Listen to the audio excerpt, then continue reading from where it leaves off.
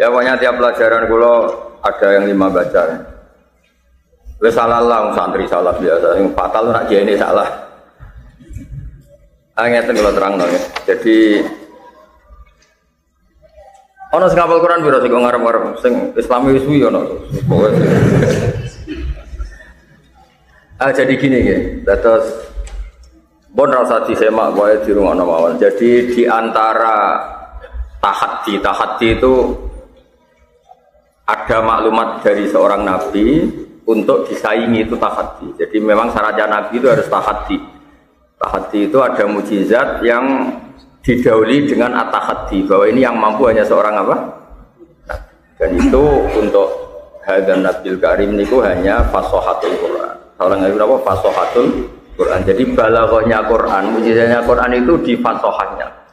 Fasohah itu ya tadi lafadznya benar, kalimatnya benar, muatan maknanya juga apa? Benar. Kadang ada lafadznya itu benar, tapi muatan maknanya tidak mutu.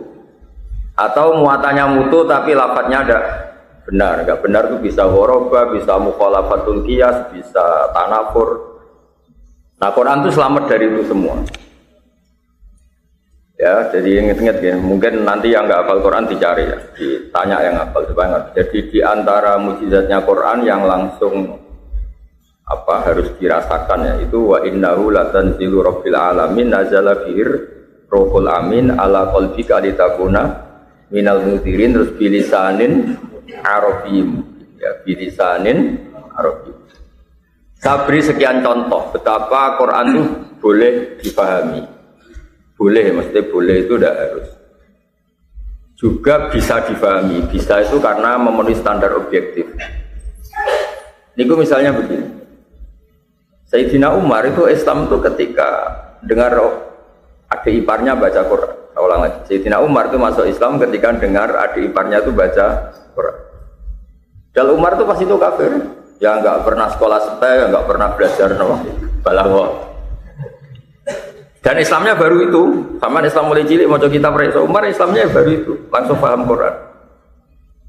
Nah caranya memahami gimana? Ketika lafaz itu diucapkan, itu entah orang paling goblok sekalipun, asal ada ad-dzauqus salim itu tetap paham. Orang yang punya bawah ya, punya kebodohan, tapi punya ad-dzauqus salim, itu paham. Nanti saya beri sekian contoh faktual yang bukan teori. Ada lagi orang namanya Jubair bin Mut'im. Jubair bin Mut'im itu pinter-pinternya orang Mekah yang saking pinternya itu jadi delegasi ketika mau membebaskan Asra Badrin. Jadi ada tawanan perang Badar. Dia orang Mekah karena dia pinter diutus makili orang Mekah membebaskan tawanan apa? Badar. Tentu dengan imbalan. Sama Nabi delalah pas ke situ mau nginep.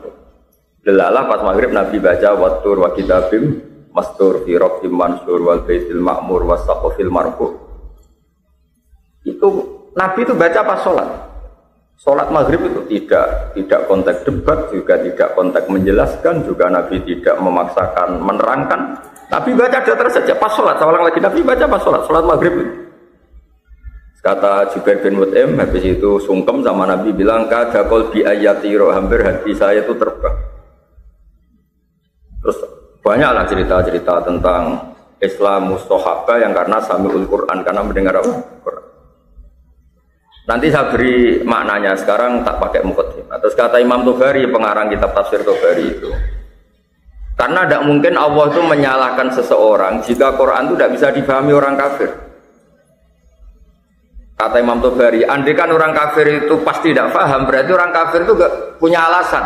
Ya Allah, bagaimana sama memahami kitab suci sementara engkau ngasih kami tidak paham. Berarti Quran harus ada perangkat yang orang Islam yang paham, orang kafir ya paham.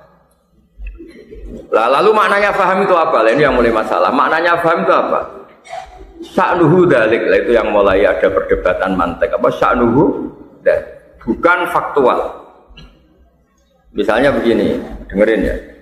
Allah misalnya bilang hadal ma' royan atau hadal sef kotek, ini pedang bisa memenggal, ini pedang bisa memutus kayu ini, bisa memenggal, bisa memotong kayu ini. Misalnya ini air menyegarkan, itu sya'nuhu dzalik. Memang namanya air itu menyegarkan. Lalu yang memanfaatkan itu mau minum ketika haus berarti dia dapat manfaat dari air. Yang nggak mau minum tidak merubah status air itu menyegarkan. Nah, ketika Quran memaklumatkan diri hudan itu Quran itu hudan linnas, penunjuk bagi segenap manusia. Anda tidak boleh menggugat, tapi nyatanya orang yang dituruni Quran banyak nggak mendapat apa? Hidayah. Tidak bisa begitu karena sya'nuhu dzalik.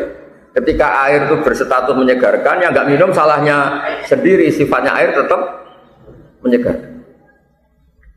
Jadi sifatnya Gus Gofur misalnya mengalimkan, sing alim misalnya dewe. Nah, sehingga lalu orang terus memahami Quran, makanya terus sya'nuhu dzalik, kenapa? Sya'nuhu dzalik.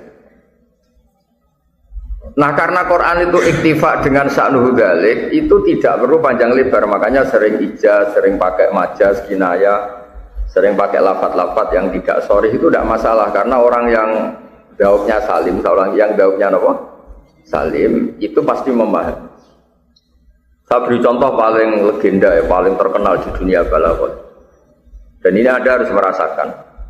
Saya ulang lagi, ini pakai ad-daub, karena ada pepatah la ilma liman la dzaqalah, la ilma liman la dzaqalah. Tidak ada ilmu bagi orang yang daubnya tidak punya sensitivitas, jadi dia tidak sensi sama sekali, tidak punya daub. Ada seorang khotib Jum'ah, kemudian dia dalil ada satu peristiwa apa, terus seorang khotib ini dalil fa rabbis samaa'i wal ardi innahu lahaqqum mithama annakum tantiqun. Demi Tuhannya langit dan bumi bahwa yang dikatakan Quran itu nyata, hak itu nyata. Terus si Arabi itu orang Bedui, orang nggak terpelajar, dia Arabi betul. Tanya sama kiai pinggirnya, orang pinggirnya, Pak Kiai, siapa yang bikin Allah murka sampai memaksa Allah itu sumpah? Mangdalladzi afdhal jalil hatta alja'u ilal yamin. Pak Kiai, siapa yang bikin Allah marah sampai Allah terpaksa sumpah? Mangdalladzi afdhal jalil hatta alja'u ilal yamin. Nah, orang yang punya dzauq salim tentu ngerti, orang sampai sumpah itu kan efek dari tidak dipercaya. Saya beri contoh keseharian kita, misalnya Anda punya utang sama teman ditagih. Kalau nagihnya masih percaya, Anda akan jawab, ya besok saya bayar. Tapi kalau nagihnya sudah ada nada tidak percaya, itu memotivasi Anda atau mendorong Anda bilang, wallahi besok saya bayar. Jadi kalau sumpah itu mesti ada emosinya, sumpah itu pasti sudah ada emosinya.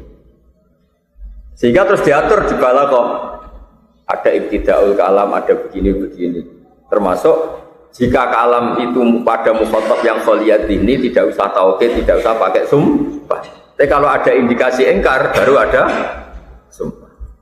Berarti mafhumnya apa? Semua lafaz atau semua ayat kok Allah pakai sumpah, berarti sudah terindikasi Allah duka atau Allah marah. Karena tadi Anda sampai sumpah itu berarti apa? Melihat kawan Anda tidak percaya. Dalam kondisi normal kan Kang utangnya bayar. Kalau kondisi normal dia percaya kan, ya sesuk. Tapi kalau sudah mau tidak percaya, Anda baru apa? Sumpah. Nah, sehingga hadal Arabi ngerti ketika Allah pakai redaksi sumpah berarti Allah ini sudah marah. Nah, itu namanya ad-dzauq salim. Padahal ini jenis Arabi, jenis orang yang mungkin ghabawa, mungkin bodoh. Tapi dzauqnya apa? Salim.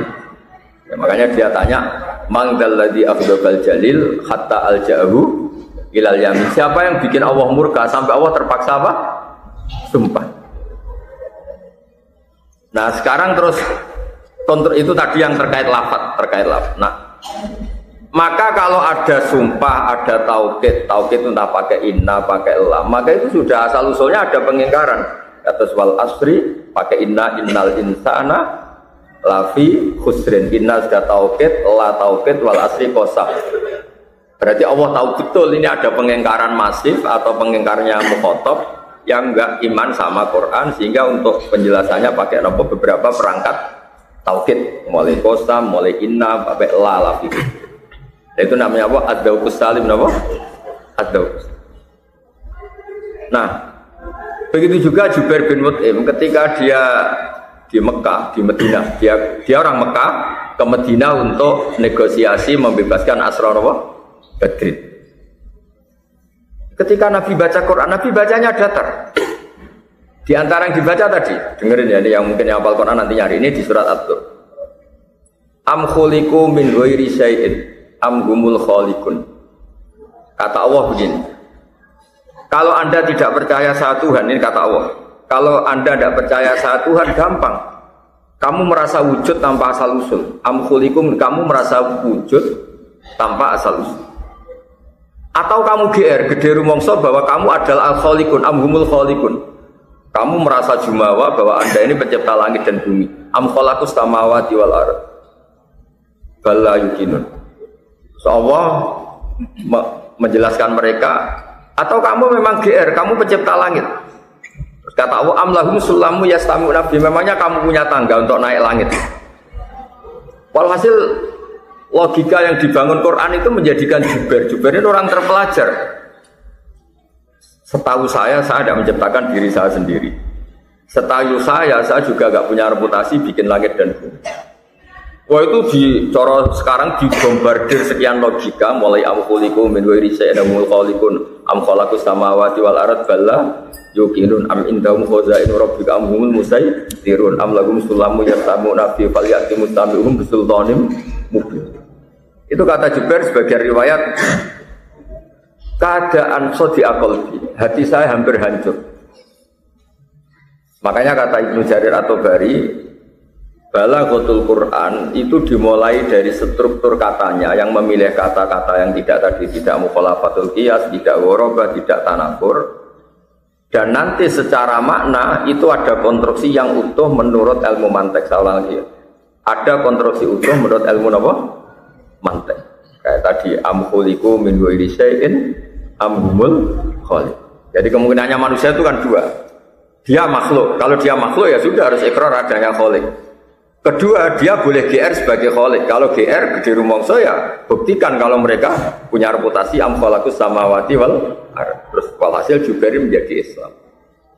Nah itu yang menjadikan kata Allah cukup dengan Quran ini sebagai mukjizatnya Rasulullah Shallallahu Alaihi Wasallam. Tapi caranya tadi ada ad-dauqus salim. Seorang lagi ada ad-dauqus salim. Ad-dauqus salim itu penting sekali. Saya beri contoh lagi ini yang real ya. Ketika Imam Syafi'i jadi ahli fikih, tentu beliau seorang mujtahid, bilang jika tayamum itu disebabkan faqdul ma, tidak menemukan apa? Air, maka kalau kamu di daerah tertentu yang enggak ada air, syarat sahnya tayamum harus ada sabkut tolak. Kamu nyari-nyari dulu. Sampai di takrib dicontohkan kalau ada tempat atas nyari di atas, kalau ada bawah turun ke, pokoknya harus nyari-nyari dulu. Baru sah tayamum. Setelah nyari-nyari dan tidak menemukan air baru sah. Ditanya sama orang-orang, apa dalilnya kalau harus tolabul ma? Ya, apa dalilnya harus tolabul ma sebelum tayam? Imam Syafi'i ngendikan wa in kuntum ala safari satu falam tajidu ma'an. Apa falam tajidu ma'an? Jika kamu dalam bepergian, Allah ngendikane falam tajidu ma'an, kemudian Anda tidak menemukan air.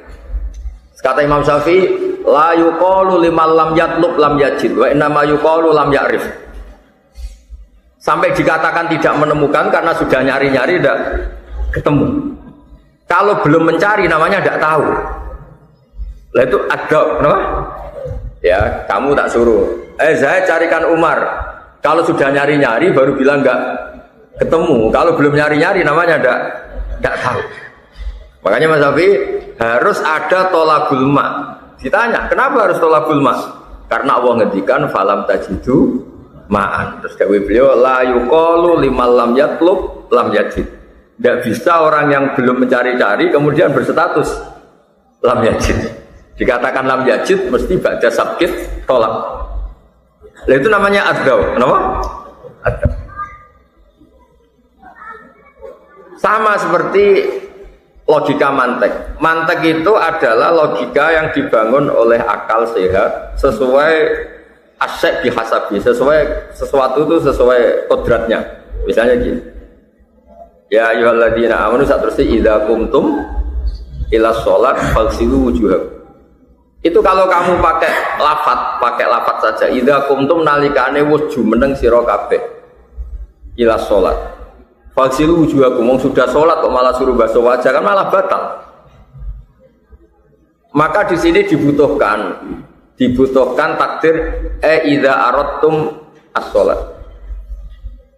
Karena kalau nyatanya sudah sholat, itu harus ada sabqut tatahur, harus sudah suci. Masa idza qumtum ila sholat, qumtumnya itu sudah sholat, qumtum sudah, kemudian baru faghsilu wujuhakum, kan tidak mungkin. Nah itu yang menjadikan terus konstruksi Quran utuh. Karena apa? Ditemukan secara kaidah idza itu tusayyirul madhiya mustaqbalan. Yang dikatakan idza adalah lafaz yang mestinya madhi sekarang jadi mustaqbal, karena kekuatan idza istilahnya kalau dalam kitab nahwu termasuk hal yang bisa kolbin itu, misalnya yang madhi jadi mustaqbal, yang mustaqbal jadi apa? Madhi. Yang penting itu sampean tahu bahwa misalnya kita tidak nekuni bahasa Arab karena kita tidak orang Arab. Kuncinya memahami Quran itu adzauqus salim, apa? Adzauqus salim. Kita punya perasaan yang normal. Salim itu normal. Ya kayak tadi, kalau kita diskusi sama seseorang, kok orang itu sampai sumpah, itu sudah menunjukkan orang itu tersinggung. Nah, tersinggung itu menjadikan orang itu sumpah. Makanya terus diteliti, ketika Allah sudah sumpah, rata-rata ya temanya Allah sedang murka. Nah, seperti tadi Qisatul Arabi hina sami al-khatib membaca apa? Fa rabbis samai wal ardi innahu lahaqqum mithama annakum tantikun. Terus hadal Arabi yaqul man dzal ladzi akhdubal jalil hatta al-ja'u ilal yamin. Siapa yang bisa bikin Allah murka sampai Allah terpaksa apa? Sumpah. Ya terus begitu. Yasin wal Qur'anil Hakim innaka laminal mursalin, sampai Allah bilang begitu. Sumpah wal Qur'anil Hakim berarti apa? Ada sabqul ingkar linubuwati Muhammad. Apa? Ada sabqul ingkar linubuwati Muhammad, sampai Allah perlu ngendikan pakai redaksi yang tidak standar kholyadini, nanti di balagha ada, harus ada taukid, harus ada qasam. Karena apa? Mukhatabnya sudah ada ingkarnya. Makanya apa Yasin wal Qur'anil Hakim innaka laminal. Terus yang terakhir kangge muqaddimah niki ilmu balaghah. Pentingnya ngaji balaghah begini. Istiqmalul Arab itu menjadikan kita tidak harus nganalisis kalau itu nyata. Di bab-bab yang memang bisa dianalisis itu tasbih, di bab-bab yang bisa dianalisis itu tasbih. Misalnya begini. Summum bukmun umyun. Orang kafir itu faktanya kan bisa ngomong, ya bisa mendengar. Tapi Allah bilang orang kafir itu sumun. Sumun itu dungu. Sumun bukmun itu bisu, nggak bisa ngomong. Umyan itu buta, nggak bisa melihat. Nah kita kan kalau dicek secara fisik, kan orang kafir ya bisa mendengar, bisa ngomong, terus bisa melihat. Tapi Allah ngendikan sumum, bukmun, umyan. Itu nggak ada kaf tasbih, juga nggak ada wajah tasbih. Tapi orang Arab, istiqmalul Arab tuh ngerti. Orang tuh mungkin ya kalau tidur atau rebahan dilangkai temannya, itu paling masih manggel bilang kayak ketek atau kayak ku. Tapi kalau yang dilangkai kepala kamu, mungkin langsung bilang ketek. Tingkat mangkel itu pertama kal kiroda atau kal kirdi. Kalau mangkel banget itu kirdun, sudah ada kaf. Nah, begitu seterusnya. Misalnya kamu ganteng separuh-separuh, mungkin orang bilang anta kal badri. Kalau ganteng banget anta badri. Nah begitu, kalau Allah sudah murka itu Allah tidak bilang antum kasumi, antum kal bukmi, antum kal omyi. Saking mangkelnya Allah, kaf tasbih itu dibuang langsung apa? Sumum, bukmun, omyi. Sale kangkang diajari, kadang pinter, kadang ora, santri kayak kebo. Nah, gobloknya kenemenan kan kiai ini langsung muni oh kebo. Nah, itu istiqmalul Arab, napa? Sehingga nanti lafaz yang kaf tasbihnya dibuang, wajah tasbihnya dibuang. Itu berarti al-mubalaghah fil madhi awid dzam, al-mubalaghah fil madhi awid dzam. Makanya kalau orang ngelam Nabi itu ngintikan apa? Anta syamsun, anta badrun, nggak boleh pakai kaf tasbih, nanti kadar balaghahnya kurang, harus apa? Anta syamsun, anta badrun, anta nurun, khawon. Sama ketika Allah murka di dzam ya, di bab dzam, Dzam itu ya dzam lah. Kalau ketika Allah murka sama orang-orang kafir apa? Ngendikannya apa? Wa ja'ala minhumul qiradata wal khanazira wa abadat tauhid. Itu sudah ada kafnya saking murkanya Allah. Dasar kera, dasar abadat tauhid. Nah, itu ilmu-ilmu yang harus kamu punyai untuk bekal baca tafsir. Makanya kalau goblok gak banget itu Allah jangan ngendikan kama salil khimar. Kama salil kalbi itu masih mendingan karena ada kaf apa? Kalau masih ada kaf. Kalau Allah sudah tidak berkenan betul ya tadi sumum bukmun mati juga sama, kematian mati. Mati itu nggak bisa memahami. Mati itu apa? Mati itu orang yang nggak bisa apa-apa lagi. Ya, saya ulang lagi, mati itu orang yang nggak bisa apa-apa lagi, mendengar tidak bisa, memahami tidak bisa, melihat tidak bisa. Ketika Nabi jadi Nabi itu lama dan selalu menerangkan Quran begitu jelasnya dan logikanya begitu jelas. Tapi orang-orang kafir tetap nggak paham. Apa cara bela Nabinya itu unik. Fa inna kala tusmi'ul mauta wala mati buat terang nomor itu angel-angel. Lalu kita yang paham benar mati itu kan wes parah itu. Jadi subbihu bil ambat karena sudah enggak ada li adamin tifaib sudah tidak bisa apa-apa lagi. Fa inna kala tusmi'ul mauta wala tusmi'us summat du'a. Idza wallau mudbir. Wa ma anta biyadil ummi an dalalatihim itu orang tahu maksudnya bukan. Kalau orang mati diomongi enggak paham orang mati betulan itu tentu Allah Ta'ala anil akbas. Allah enggak mungkin ngendikan sesuatu yang semua orang tahu. Kalau orang mati itu diterangkan enggak paham. Maksudnya apa? Orang yang hidup normal, urusan uang tahu, urusan kebutuhan nafsunya tahu, kebutuhan yaumiyahnya tahu, tapi pas kebenaran tidak. Itu terus digosok oleh pangeran. Fa inna kala tusmi'ul mauta wala tusmi'us summat dua. Nah, jadi pentingnya balaghah. Nah, penolongnya apa tadi? Ya ilmu balaghah tadi. Ketika kita ngaji balaghah diterangkan, rukun tasbih itu ada musabbah, ada musabbabah, ada wajud tasbih, terus ada adatut tasbih. Nah, yang lazim itu hanya musabbah sama musabbabah. Adatut tasbih bisa dibuang, wajah tasbih bisa dibuang. Kapan buang itu? Ketika kepengen nemen-nemen nih, kepengen maknanya ini mubalaghah, kepengen maknanya itu balaghah.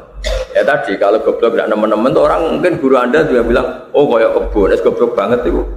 Oh dasar kebun. Itu normal di semua bahasa dunia. Saya ulang lagi, itu normal di semua bahasa dunia. Nah Quran itu sering begitu. Ya makanya ngaji ya kayak tadi sumum, bukmun, kayak tadi fa inna kala tusmi'ul mauta wala tusmi'us summat. Makanya pentinglah. Pentingnya apa lagi itu? Pentingnya lagi nanti begini. Jika itu tidak nyata. Tidak nyata itu karena setelah diteliti secara fisik orang ini itu begini. Ya gampang. Satu dianalisis pakai tasbih tadi. Berarti analisis pakai balaghah. Soal analisisnya pakai apa? Atau pakai nahwu. Kalau nahwu lebih begini.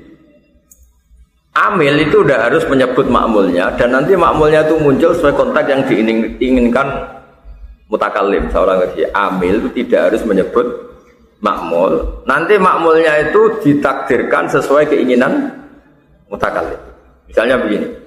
Sumun la yasma'unal haq. Orang-orang kafir itu tuli dengar arti tidak mendengar kebenaran. Sumum bukmun la yatakallamuna bil haq, mereka tidak bisa ngomong yang benar. Umyun la yubsirunal haq, mereka tidak bisa melihat kebenaran. Itu juga solusi. Nah, kenapa itu solusi? Karena tadi terus ada kaidah-kaidah bahwa lafaz itu boleh disebut dan nanti, saya ulang lagi ya, dan nanti mukhatab atau siapapun yang mendengar itu bisa mentakwil sesuai keinginan apa? Mutakallim. Nah di sini terus ada mahalul khilaf di bab-bab furu'iyah. Kalau ada mahalul khilaf di bab-bab apa? Furu'iyah. Misalnya begini. Yang boleh melakukan ini hanya al-mutahhar yang disucikan. Kan terus kita mikir, suci anis syirki apa suci anil hadas? Kalau suci anis syirki ya kullu mukmin tohir. Tapi kalau anil hadas orang mukmin pun bisa tidak tohir karena dia berhadas. Nah di bab-bab seperti itu furu'iyahnya pasti khilaf karena ada makmul yang dibuang yang potensinya itu sama-sama kuat. Sama misalnya innamal musyrikuna najasun. Najis secara dzatiyah jelas gak mungkin, manusia itu tidak khinzir, tidak kalbun. Tapi kok Allah bilang najasun. Oh jelas fil itikad. Karena orang kafir itu itikadnya itu najis. Nah ketika ada ayat yang misalnya nggak boleh orang kafir itu bepergian membawa mushaf kayak begini. Karena apa? Dia najasun. Najis itu apa? Ya tidak mutohar. Padahal Quran harus dipegang mutohar, la yamassuhu illal mutohar. Nah kalau kamu ingin mesti benar, orang mungkin salah, mesti benar juga gampang. Ya kamu mutohar anis syirki, ya mutohar anil hadas. Itu kita sudah cari aman, ya mutohar anis syirki, ya mutohar anil. Itu bab tersulit di masalah-masalah furu'iyah karena ya saya ulang lagi tadi, makmul yang dibuang ini mau dikemanakan itu nanti mutakalimnya tidak ngendikan, tapi mukhotabnya itu tak. Misalnya lagi begini, alif lam, contohnya gampang-gampangnya ya, dalikal kitab la raiba fi hudal lil muttaqin. Kembali ke penjelasan saya awal, la raiba kang ora ana kemamane maujud fi dalam kitab. Ya tadi, sya'nuhu dalik, memang normalnya barang jelas itu la raiba fi, enggak boleh ada keraguan. Enggak ada keraguan itu faktual apa subjektif? Yang benar itu sya'nuhu dalik, nyatanya ada orang yang meragukan Quran kayak orang-orang kafir. Tapi kalau sya'nuhu dalik itu tetap normal kayak tadi. Hadal ma', ya misalnya ini air adalah menyegarkan. Enggak ada orang minum pun statusnya air itu menyegarkan. Hadhi syamsu mudiah, matahari ini itu mudiah, menyinari.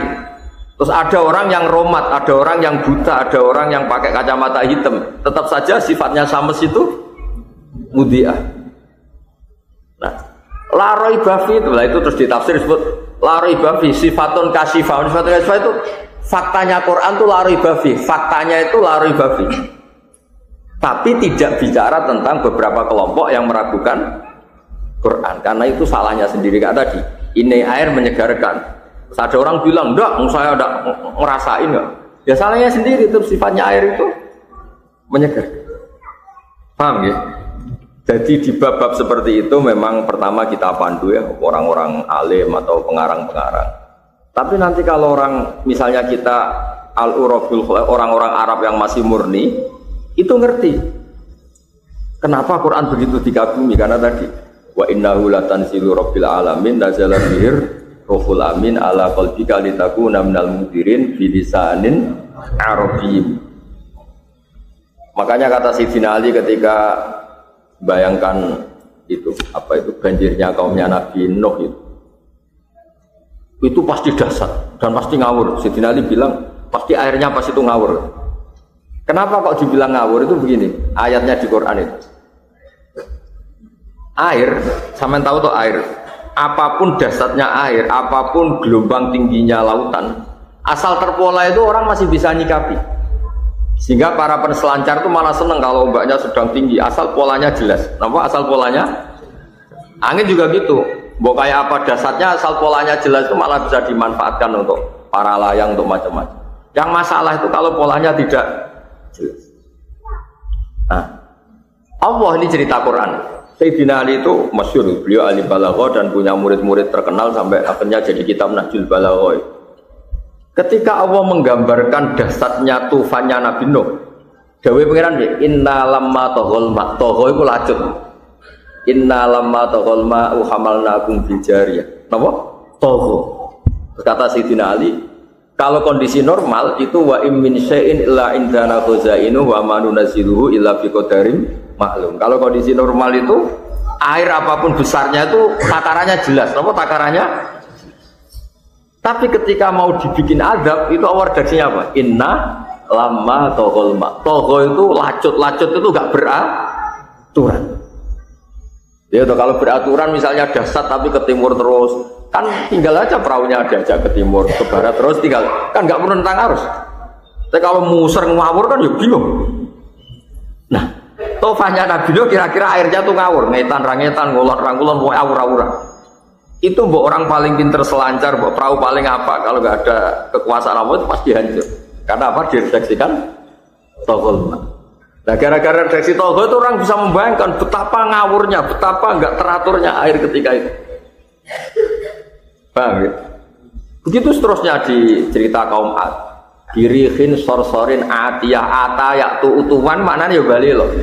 Birihin klan angin sorsorin kang banget bisinge atiyatin kang lacut mergo maknane atayaktu utuwan maknanya apa? Lacut. Lacut maknanya tidak beraturan. Kita tahu kan orang-orang yang selancar itu kan ya biasa diubah-ubah dasar, tapi jenisnya masih beraturan. Misalnya dari utara ke selatan. Dasar misalnya ombak itu gak beraturan, ngalor ya widul ngetan kulon sehebat-hebatnya pelancar pasti tidak bisa. Karena toho, apa? Toh. Itu yang menjadikan orang-orang balaghah cakap sekali memahami Quran karena ketika Allah milih lafaz toho misalnya, toho lacut, wah ya sudah bisa dibayangkan kan? Air yang nggak beraturan pasti nggak bisa disikapi kan, karena nggak beraturan kan nggak bisa disikapi. Angin tadi birihin sorsorin adiyah. Paham ya, makanya memahami tafsir atau memahami ulumul Quran itu perangkatnya banyak. Harus pakai balaghah, pakai macam-macam. Nanti di luar itu semua yang termasuk pokok adalah riwayat. Kenapa butuh riwayat? Karena tadi ketika balaghah tidak cukup, karena ini lafaz-lafaz yang memang nopo gitu, uluhiyah yang terkait dengan Allah, mau tidak mau pakai riwayat. Meskipun balaghah bisa nganalisis, tapi tetap aja pakai riwayat. Karena takutnya kita nih manfasarul Quran biroihi falyataba wa maqadahu. Ya jadi eling-eling ya tadi itu pentingnya memahami lafaz. Kok kenapa tufanin Nuh disebut apa? Toho. Karena dawuh Sayyidina Ali, air apapun dasarnya asal terpola, asal apa? Terpola itu masih bisa disikapi. Kalian tahu kan para peselancar, terus para orang yang suka tantangan-tantangan itu mesti di sungai, yang sungai apapun dasarnya kan terpola dari atas ke bawah. Lautan juga sama, apapun dasarnya ombak asal masih terpola dari utara ke selatan, para peselancar masih bisa nyikapi. Ini toh bahkan di sebuah riwayat itu sampai malaikat tuh kaget. Ya Allah, saya tidak sanggup lagi ngurusi air ini karena tak introseni sudah tidak mau kan. Nah, itu toh redaksinya inna lamma tohol tohol. Lah kenapa Nabi Nuh selamat? Karena Allah ngedaksinya inna lamma tohol hamalnakum. Nah itu rujuknya di Allah. Ya sak balon air kan gak bisa menghadapi Allah. Lah perahunya Nabi Nuh ini langsung hamalnakum. Wes ana kowe selamat, aku sing ngurusi. Malaikat tidak sanggup. Nah, itu terus ketemu kan, toho itu gak bisa dikendalikan bahkan oleh malaikat. Hamalna karena rujuknya na itu ingsun Allah. Nabi Nuh tetap selamat tapi murni karena kersane Allah. Tapi yang orang kafir apapun pinternya selancar, pinternya renang nggak bisa karena airnya sudah toh. Makanya Sayyidina Ali ketika nerangkan itu baca dua ayat. Inna lamma tawal ma hamalnakum fil jariyah. Kata Sayyidina Ali, biasanya air itu normalnya wa immin syai'in illa indana khuzainuhu wa ma nunazziluhu illa biqadarin ma'lum. Biasanya air itu diturunkan ya ada porsinya, ada aturannya, ada itu wa ma nunazziluhu illa biqadarin ma'lum. Nah ini sudah ada qadarin maklum karena sudah tokoh. Ya atas kalau suwon anak-anak stay jadi ini sebagai mukaddimah. Makanya kalau maknani maksud kulinakno nak jamak-jamak, nak mufrad-mufrad terus makna dasar itu nggak boleh kamu ganti-ganti karena nanti ada gunanya. Mana dasar ini ada guna. Ya misalnya tadi inna lama tohol mak, kok misalnya digenti ala dhuwur apa alma, sak dhuwur-dhuwure banyu kan iso disikapi. Misalnya ada banjir 6 meter, kita di atas perahu kan selesai. Tapi kalau toho masih sak meter nak toho pusing kan. Ya kan? Ada orang gagal perkasa tapi khusyuk yang pondok kan gampang ngendalikan, tapi cilik-cilik ini boboling kan pusing. Karena toho. Pokoknya toho ruwet, Artinya gini, togo itu tidak bisa diganti ala. Kalau ala misalnya banjir ketinggian 7 meter, asal polanya jelas, kan iso bogo renang, boys. Tapi kalau togo, nah itu pentingnya ilmu balaghah. Jadi lafadz tidak bisa apa, makanya termasuk kelebihannya balaghah itu satu lafadz tidak tergantikan yang lain. Karena Allah sudah memilih itu sudah yang paling apa istilah a'la darwatil balaghah itu sudah kata-kata. Ya ngoten kula suwun berikutnya juga gitu yang baca 5 terus pakai makna-makna kuno karena tadi supaya ngerti lah supaya ngenang jasanya ulama-ulama.